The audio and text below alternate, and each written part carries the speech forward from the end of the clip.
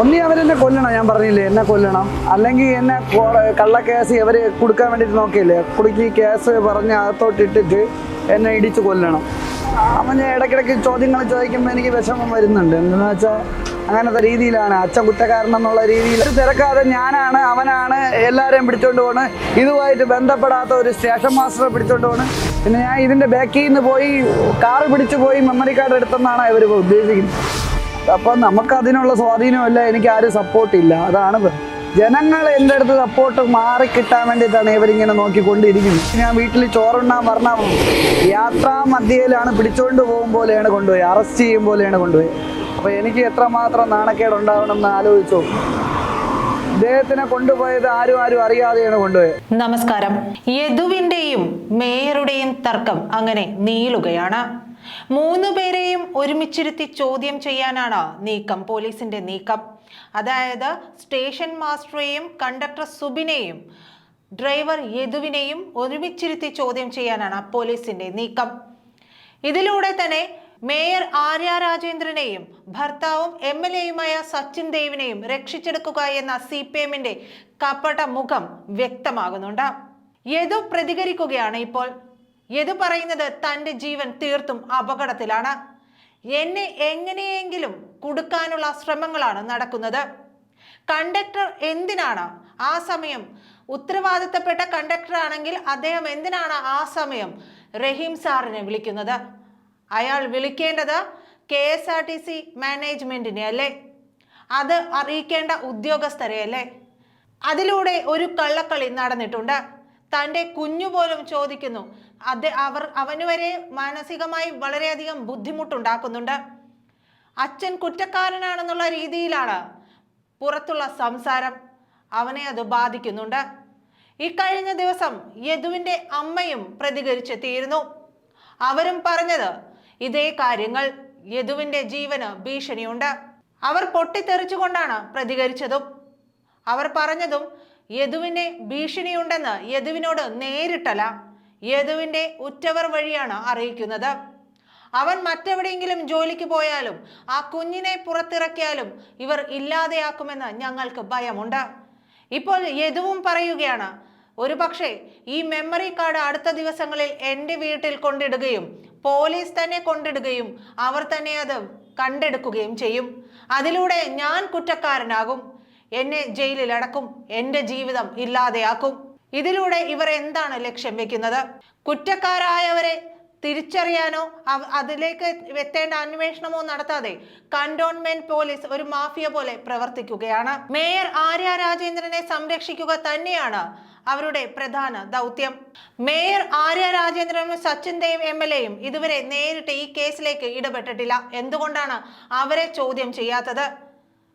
ഈ കേസിൽ നിർണായക തെളിവാണ് മെമ്മറി കാർഡ്. ആ മെമ്മറി കാർഡ് കാണാതാവുന്നതിലൂടെ തന്നെ, അത് എങ്ങനെ കാണാതായി എന്നുള്ളതിലൂടെ തന്നെ ഈ കാര്യത്തിൽ ആർക്കാണ് രക്ഷപ്പെടേണ്ടത് എന്നുള്ളതും വ്യക്തമാവുകയാണ്. ഇപ്പോൾ അവർ പറയുന്നത്, ഞാൻ സ്റ്റേഷനിൽ നിന്ന് ഇറങ്ങിയ ഉടൻ ബസ്സിന് അരികത്തേക്ക് പോയിരുന്നു എന്നാണ്. എന്നെ ബസ് പോലെ അത്തരത്തിൽ 2 ബസ്സുണ്ട്. അതിലൊരു ബസ്സായിരുന്നു അവിടെ ഉണ്ടായിരുന്നത്. ആ ബസ്സിനെ കുറിച്ചാണ് ഇവർ പറയുന്നത്. ഞാൻ അതിൻ്റെ അരികത്ത് പോയി അതിൽ നിന്നും മെമ്മറി കാർഡ് എടുക്കാൻ ശ്രമിച്ചു എന്ന്. അതെങ്ങനെ സാധ്യമാകും? അത് ട്രിപ്പിന് പുറപ്പെട്ടു നിൽക്കുന്ന ബസ്സാണ്. ഞാൻ അവിടെ ചെന്നതും അത് ട്രിപ്പിന് പുറപ്പെടുകയും ചെയ്തു. പിന്നെ ഞാൻ ഈ ബസ്സിന്റെ പുറകെ കാറ് പിടിച്ചു പോയാണോ മെമ്മറി കാർഡ് എടുക്കേണ്ടത്? എന്തായാലും എൻ്റെ ജീവൻ അപകടത്തിലാണ്, എനിക്ക് അധികം ആയുസില്ല എന്ന രീതിയിലാണ് യദുവിന്റെ പ്രതികരണം. യദുവിന്റെ പ്രതീക്ഷയും അറ്റുപോയിരിക്കുന്നു എന്ന് തോന്നുന്നു. എന്തായാലും നിങ്ങൾ യദുവിന്റെ പ്രതികരണം കേട്ടു നോക്കുക. കൊണ്ടിട്ടിട്ട് കണ്ടെടുക്കും, പോലീസ് കൊണ്ടിട്ടിട്ടേ അത് കണ്ടെടുക്കാൻ സാധ്യതയുണ്ട്. അതിപ്പോ മാധ്യമങ്ങൾക്ക് ഈ പരസ്യമാണല്ലോ മെയിൻ. അപ്പൊ ആ പരസ്യം അവരിൽ നിന്ന് കിട്ടാതെ വരുമ്പോൾ ഗവൺമെന്റ് വഴിയല്ലേ ആ പരസ്യത്തിന്റെ ഇതൊക്കെ വരുന്നത്. അപ്പൊ അത് കിട്ടാതെ വരുമ്പോൾ അവരെന്നെ കുറ്റപ്പെടുത്തുന്ന ചെറിയ കുറ്റപ്പെടുത്തലായി ഇപ്പൊ തുടങ്ങും. പിന്നെ അങ്ങോട്ട് കുറ്റപ്പെടുത്തലുണ്ടാവും, അത് സ്വാഭാവികമല്ലേ. അവർക്ക് അവരുടെ നിലനിൽപ്പ്, ഓരോരുത്തരും അവരുടെ നിലനിൽപ്പിന് വേണ്ടിയിട്ടല്ലേ ജീവിക്കുന്നത്. പോലീസിന്റെ പോലീസിന് എനിക്ക് വിശ്വാസം ഇല്ലാത്തതുകൊണ്ടല്ലേ കോടതിയിൽ കേസ് ഫയൽ ചെയ്ത്. കോടതി കേസ് കിടക്കുന്നത് തന്നെ പോലീസിൽ വിശ്വാസം ഇല്ലാത്തതുകൊണ്ടാണ്. അത് എന്ത് കണ്ടിട്ടും കാര്യമില്ലല്ലോ. ഇപ്പോൾ മാഡം MLA ആയാലും മേയറായാലും ഇപ്പോൾ അവരെ സപ്പോർട്ട് ചെയ്യാനല്ലേ. കൺട്രോൾമെന്റ് സ്റ്റേഷൻ എന്ന് പറഞ്ഞാൽ ആ ഒരു വിങ് അതിന് വേണ്ടിയിട്ട് ഉള്ളതാണ്. അതായത് നമ്മൾ തെറ്റുകാരെന്നുള്ള രീതിയിൽ പെരുമാറാനും കണ്ടെത്താനും അതിൻ്റെ കാര്യങ്ങൾ ഈ ഒരു ഊർജം അതിൽ നേരെയായിട്ട് കേസിന് വേണ്ടിയിട്ട് ഉതകുന്ന രീതിയിൽ ചെയ്തിരുന്നെങ്കിൽ എപ്പോഴേ ഈ കേസ് തെളിഞ്ഞേനെ. അവരെന്നെ കുറ്റക്കാരനാക്കിക്കൊണ്ടാണ് ഇരിക്കുന്നത്. ഞാൻ 27-ാം തീയതി തൊട്ട് പോലീസ് കസ്റ്റഡിയിലാണ്. 28-ാം തീയതി 10 മണി വരെ പോലീസ് കസ്റ്റഡിയിലാണ്. 10:30 ആയി, 10:45 ആയപ്പോഴാണ് ഞാൻ സ്റ്റാൻഡിൽ വന്ന് എനിക്ക് റിപ്പോർട്ട് ചെയ്തിട്ടേ പോകാവൂ. നമ്മളൊരു ഡ്യൂട്ടി തുടങ്ങുന്ന സ്ഥലം എവിടെയാണോ അവിടെ വന്നാണ് ഫിനിഷിങ് ചെയ്യേണ്ട KSRTCയിൽ.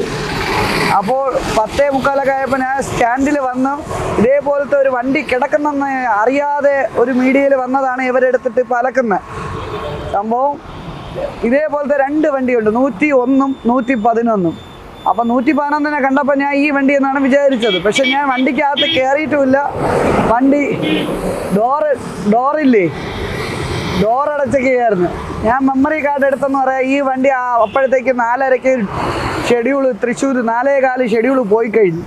പിന്നെ ഞാൻ ഇതിൻ്റെ ബാക്കിൽ നിന്ന് പോയി കാറ് പിടിച്ച് പോയി മെമ്മറി കാർഡ് എടുത്തെന്നാണ് ഇവർ ഉദ്ദേശിക്കുന്നത്. അപ്പോൾ അത് എന്നെ കൊടുക്കാൻ വേണ്ടിയിട്ട് പല രീതിയിലും പല ശ്രമങ്ങളും നടക്കുന്നുണ്ട്. നമുക്ക് തോന്നുന്നതല്ല, അത് എല്ലാവർക്കും അറിയാവുന്നപ്പെടുന്നതാണ്. എന്നെ കുറ്റക്കാരനാക്കി കേസെടുക്കുക എന്നുള്ളതാണ്. അല്ലാതെ ഈ പ്രതികൾ, ഈ 2 പേരും പ്രതികളാണ്. പ്രതികളെ പേരിൽ കേസെടുക്കുന്നില്ല. ഇത്രയും ഞാനാണ് ഈ ഒരു സാഹചര്യത്തിൽ മേയറിൻ്റെ MLA-യുടെ സ്ഥാനത്ത് നിന്നിരുന്നെങ്കിൽ എന്തായാലും എൻ്റെ പേരിൽ കേസാവൂലേ, എന്നെ എപ്പോഴേ ജയിലിലാക്കിയേനെ. അപ്പം നമുക്കതിനുള്ള സ്വാധീനമില്ല, എനിക്ക് ആരും സപ്പോർട്ടില്ല. അതാണ് ജനങ്ങൾ എൻ്റെ അടുത്ത് സപ്പോർട്ട് മാറിക്കിട്ടാൻ വേണ്ടിയിട്ടാണ് ഇവരിങ്ങനെ നോക്കിക്കൊണ്ടിരിക്കുന്നത്. അതിനാണ് പല കാര്യങ്ങളും അവർ പറയുന്നത്. അത് സ്വാഭാവികമല്ലേ. ഒരാളെ പേരിലല്ലല്ലോ ഇപ്പോൾ പ്രശ്നങ്ങളായിരുന്നു. മൊത്തം ഒരു പാർട്ടിക്ക് എതിരായിട്ടല്ലേ വരുമ്പോൾ. അതാണ് പ്രശ്നം. പാർട്ടിക്ക് എതിരല്ല ഞാൻ. എന്നാലും ഇവരെയൊക്കെ ഓരോ രീതിയിലുള്ള പാവപ്പെട്ടവനെ താഴ്ത്തി കാണുക, അപ്പോൾ എന്നെ പോലെയുള്ള തൊഴിലാളി വർഗത്തിൻ്റെ കൂടെ നിൽക്കേണ്ട ആൾക്കാരൊക്കെ എന്നെ തള്ളി പറയുകയും എന്നെ മോശമായിട്ട് പറയുകയും ചെയ്യുമ്പോൾ ഒരു വിഷമം. അതിനെതിരായിട്ടാണ് ഞാൻ ഇത് കേസ് കൊണ്ടുപോകുന്നത്. അല്ല ഒരു പാർട്ടിക്കെതിരായില്ല. പിന്നെ ബസ് കണ്ടക്ടറിന് പങ്കില്ലാതെ ഇരിക്കുമല്ലോ. എന്താണെന്ന് വെച്ചാൽ ഞാനൊരു പാർട്ടിയിലും ഇല്ല. ബസ് കണ്ടക്ടർ ഏത് അനുഭാവിയാണെന്ന് അവൻ തന്നെ പറഞ്ഞിട്ടുണ്ട്. അപ്പോൾ അവനെ സപ്പോർട്ട് ചെയ്യുന്ന ആളുകളുണ്ട്, അവനെ സപ്പോർട്ട് ചെയ്യുന്ന ആളുകൾ സംഘടനകളും ഉണ്ടല്ലോ. എനിക്കല്ലേ സപ്പോർട്ടില്ലാത്തത്. എന്നുവെച്ചാൽ അവനെ ഇപ്പം ബസ്സിൽ വന്ന് ഫ്രണ്ടിൽ നോക്കുന്ന ഏതോ ഒരു വീഡിയോ പബ്ലിഷ് ആയെന്ന് പറഞ്ഞേ, എന്താ ക്യാമറ വർക്കിംഗ് ആണെന്ന് നോക്കി ബസ്സിൻ്റെ അകത്ത് കയറിയവന് കേസില്ല, ബസ്സിൽ കയറാതെ അതുവഴി പോയ ഞാൻ മെമ്മറി കാർഡ് എടുത്തെന്ന് പറഞ്ഞാൽ എന്ത് ന്യായമാണെന്നാണ് ഞാൻ ചോദിക്കുന്നത്. അപ്പോൾ അകത്ത് കയറിയവനാണ് എടുക്കാൻ സാധ്യത കൂടുതൽ. അപ്പോൾ അവനിൽ നിന്ന് അവൻ്റെ ഫോൺ കോളും ബാക്കി അന്നത്തെ ഇതുണ്ട് ചാർജ് മാനും എല്ലാവരും വണ്ടി എവിടെ പോയി അതൊക്കെ മൊത്തം സെർച്ച് ചെയ്യേണ്ടതാണ്. പക്ഷെ അതൊന്നും ചെയ്യാതെ എൻ്റെ ബാക്കിൽ നിന്ന് ഞാൻ അങ്ങോട്ട് തിരിഞ്ഞു, ഞാൻ ഇങ്ങോട്ട് തിരിഞ്ഞു. ബസ് ഉണ്ടെന്ന് യദു പറഞ്ഞു. യദുവിൻ്റെ മൊഴികളിൽ വൈവിധ്യം ഉണ്ടെന്നൊക്കെ പറഞ്ഞൊക്കെ പരാതികളും പ്രശ്നങ്ങളും വരുന്നു. അത് ചുമ്മാ യദുവിനെ ശ്രദ്ധ തിരിക്കാൻ വേണ്ടിയിട്ട് അതിനിടയ്ക്ക് യഥാർത്ഥ ആളുകൾക്ക് അത് രക്ഷപ്പെടാനുള്ള സാഹചര്യം പോലീസ് ഉണ്ടാക്കി കൊടുക്കുകയാണ്. കണ്ടിരുന്നു ഏറ്റവും ഫ്രണ്ടിലേക്കായിരുന്നു. ഞാൻ ഏറ്റവും ബാക്കിലായിരുന്നു. വലിയൊരു ഹാള് AC റൂമിലാണ് അദ്ദേഹത്തെ ഇരുത്തിയിരുന്നത്. ഞാൻ വന്നപ്പോഴത്തേക്ക് ആഹാരമൊക്കെ കഴിച്ച് കൈയും കാലും മുഖമൊക്കെ കഴുകിക്കൊണ്ടിരിക്കുകയായിരുന്നു.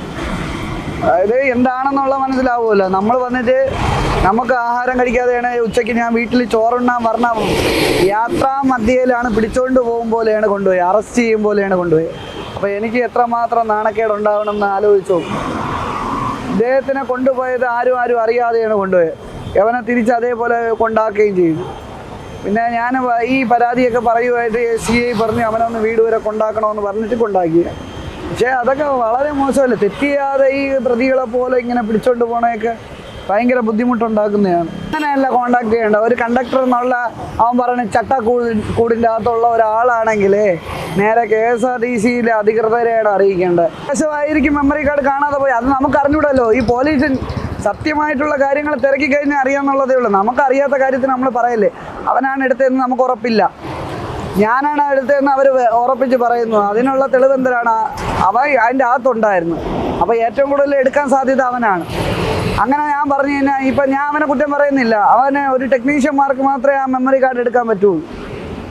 അപ്പോൾ അതിൻ്റെ ഇത് അവർ തിരക്കാതെ ഞാനാണ് അവനാണ് എല്ലാവരെയും പിടിച്ചോണ്ട് പോണ്, ഇതുമായിട്ട് ബന്ധപ്പെടാത്ത ഒരു സ്റ്റേഷൻ മാസ്റ്ററെ പിടിച്ചോണ്ട് പോണ്. ഇതിൻ്റെയൊക്കെ ആവശ്യം എന്തെന്നാണ് ഞാൻ ചോദിക്കുന്നത്. ഇതിൻ്റെയൊക്കെ ആവശ്യം എന്താണ്? ഈ തെറ്റ് ചെയ്തവരെ ഒളിപ്പിച്ച് വെക്കാൻ വേണ്ടിയിട്ട് ഇവർ പാവപ്പെട്ടവരെ ഇങ്ങനെ പിടിച്ചുകൊണ്ടും ഓരോ കാര്യങ്ങൾ പറഞ്ഞുകൊണ്ടും നടക്കുകയാണ്. പാവപ്പെട്ടവരെ, ഇതിലൊന്നും യാതൊരു ബന്ധമില്ലാത്ത ആളുകൾ. കാരണം വ്യക്തമായിട്ടുള്ള കുറേ കാര്യങ്ങളും കള്ളത്തനം ഉള്ളിലുള്ളവർക്കല്ലേ ഇങ്ങനെ വരാതിരിക്കും. അല്ലെങ്കിൽ പൊതു ചാനലിലെല്ലാത്തിലും വന്ന് അവൻ്റെ ന്യായം, അവൻ്റെ ഭാഗത്ത് തെറ്റില്ലെങ്കിൽ അവൻ അത് ക്ലിയർ ചെയ്യണം. എന്തായാലും ഒരു കാര്യം ഞാൻ അന്ന് മുതൽ ഈ ചാനലിൽ എല്ലാത്തിലും ഒരേ കാര്യത്തിൽ ഒരേ ഇതിൽ തന്നെ പറഞ്ഞുകൊണ്ടിരിക്കുകയാണ്. അല്ലാതെ ഞാൻ മാറ്റി മാറ്റി പറയുന്നില്ല. യവൻ എന്തായാലും ചാനലിൽ വരുമ്പം അവർക്കറിയാം, യവൻ്റെ പിന്നിലുള്ള ആൾക്കാർക്കറിയാം, യവൻ വാർത്തകൾ ഈ ചോദിക്കുമ്പോഴത്തേക്കും ക്വസ്റ്റ്യൻ ചോദിക്കുമ്പോഴേക്കും അവൻ മാറി പറയുമെന്നുള്ള അറിയാം. ഈ തെറ്റ് ചെയ്യുന്നവരല്ലേ മാറി പറയേണ്ട കാര്യമുള്ളൂ. പോലീസ് നിങ്ങളെ വീട്ടിൽ വന്നുകൊണ്ടാണോ പിടിച്ചുകൊണ്ട് പോയത്? എൻ്റെ വീട്ടിൻ്റെ അവിടെ റോഡിൽ ചായക്കടയിൽ അവിടെ വെച്ചാണ്, മെയിൻ റോഡിൽ വെച്ചാണ് പിടിച്ചുകൊണ്ട് പോകുന്നത്. എന്തോ തീവ്രവാദ കുറ്റം ചെയ്ത പോലെയാണ് കോടതിയിൽ കേസ് ഫയൽ ചെയ്തത്. ഞാൻ തീവ്രവാദ കുറ്റം ചെയ്ത പോലെയാണ് ഇവർ നോക്കിക്കാണുന്നത്. അതിനെതിരായിട്ട് കേസെടുക്കുകയും ഭയങ്കരമായിട്ട് എന്നെ ഇറിറ്റേറ്റ് ചെയ്തുകൊണ്ടിരിക്കുകയാണ് പോലീസ്. എനിക്ക് ഈ പോലീസിൽ വിശ്വാസം ഇല്ല. ഞാൻ ഇപ്പോഴും പറയാണ്, കോടതിയെ വിശ്വാസമുള്ളൂ. പോലീസ് നീതിയുക്തമായിട്ട് കേസെടുക്കുകയില്ല, ഇത് അന്വേഷിക്കുകയില്ല. മെമ്മറി കാർഡ് ഈ ഇരുട്ടത്ത് തപ്പുന്ന സ്ഥിതിയാണ് കണ്ടുവരുന്നത്. ഒന്നും നടക്കൂല. ഇതിലൊന്നും കേസിനൊന്നും ഒരു ഒത്തുതീർപ്പും ആവുകയില്ല. കേസ് ഒന്നും ആവൂല. ഈ പോലീസ് ഇവരന്വേഷിക്കുന്നിടത്തോളം കാലം ഒന്നും നടക്കാൻ പോകുന്നില്ല. കോടതി അതിനകത്ത് ഉചിതമായിട്ടുള്ള തീരുമാനങ്ങൾ എടുക്കണം. അമ്മയും മോനും ഒക്കെ, മോന് അതിനുള്ള ഇതായില്ല. എന്നാലും അവൻ ഇടയ്ക്കിടയ്ക്ക് ചോദ്യങ്ങൾ ചോദിക്കുമ്പോൾ എനിക്ക് വിഷമം വരുന്നുണ്ട്. എന്താണെന്ന് വെച്ചാൽ അങ്ങനത്തെ രീതിയിലാണ്, അച്ഛൻ കുറ്റക്കാരനെന്നുള്ള രീതിയിലാണ് ഇവരൊക്കെ പറയുന്നെന്നുള്ള രീതിയിലായില്ലേ ഇവരൊക്കെ ചെയ്യുന്ന മൊത്തവും. അത്രയ്ക്ക് ആഭാസത്തനമല്ലേ കാണിക്കണം. ഞാൻ ഇതേപോലെ അവരെ കുടുംബത്തിന് അവരെ ഈ ഡീറ്റെയിലൊക്കെ ഞാൻ തിരക്കി നടന്നിട്ട് ഇതേപോലെ പറയണമെങ്കിൽ എന്നെ വകവരുത്തും എന്നുള്ള കാര്യം ഉറപ്പാണ്. വകവരുത്തും. ആദ്യം ഇങ്ങനെ കേസ് പരമായിട്ട് പോവാതിരിക്കാൻ വേണ്ടിയിട്ടും എന്നെ മാനസികമായിട്ട് തകർക്കുക, കോടതിയിൽ പോവാതിരിക്കുക, എൻ്റെ സാമ്പത്തികം നഷ്ടപ്പെടുത്തുക. ഞാൻ മര്യാദയ്ക്ക് വണ്ടി ഓടിക്കൊണ്ടിരുന്നതാണ്. എൻ്റെ ജോലി നഷ്ടപ്പെടുത്തുക, എന്നെ മാനസികമായിട്ട് പീഡിപ്പിക്കുക, എന്നെ നാണം കെടുത്തുക സമൂഹത്തിൻ്റെ മുമ്പിൽ. ഈ പോലീസുകാരൊക്കെ ഇതൊക്കെ ചെയ്യുന്ന നാണം കെടുത്താൻ വേണ്ടിയിട്ടാണ്. മനഃപൂർവ്വം ഇറിറ്റേറ്റ് ചെയ്യുക. ഇത് കോടതി ഇടപെടണമെന്നാണ് ഞാൻ പറയുന്നത്. കോടതി ഇടപെടണം, സ്വമേധയാ കോടതി ഇടപെടണമെന്നാണ് പറയുന്നത്. ഇത് പോലീസിന് കൊടുത്തിട്ട് കാര്യമില്ല. ഇവർ നീതിയുക്തമല്ല. ഇവർ നമ്മുടെ ബാക്കിൽ നിന്നാണ് നടക്കുന്നത്. ഇവരെ പേരിൽ പരാതി ഉണ്ടെങ്കിൽ അവരെ തിരക്കി നടക്കുന്നില്ല, അവരെ കൊണ്ടുപോകുന്നില്ല. അവർ ഇവിടെ സിറ്റിക്കകത്ത് തന്നെ പലയിടത്തും ഉണ്ടെന്നാണ് ഞാൻ അറിഞ്ഞത്. പക്ഷെ അതിന് പോലീസിനുള്ള കഴിവില്ല. എന്നുവെച്ചാൽ പാർട്ടി ബേസിലായാലും ഇവർക്കുള്ള പിടിപാടും കാര്യങ്ങളും ഉണ്ട്. അപ്പം അതുകൊണ്ട് നമുക്ക് അതിനുള്ള, നമ്മൾ പാവപ്പെട്ടവനായതുകൊണ്ട് നമ്മൾ അങ്ങോട്ട് തട്ടി ഇങ്ങോട്ട് തട്ടി നടക്കാം. അതാണ് ചെയ്തുകൊണ്ടിരിക്കുന്നത്. മുമ്പോട്ട് പോകാമല്ലോ, ഒറ്റയ്ക്ക് തന്നെ പോവും. കോടതി എൻ്റെ കൂടെ ഉണ്ട്. കോടതിയിലേ എനിക്ക് വിശ്വാസമുള്ളൂ. അത്ര വേറെ ഒന്നും പറയാനില്ല. എന്താണെന്ന് വെച്ചാൽ കോടതിയാണ് എനിക്ക് ആകെ ആശ്രയം.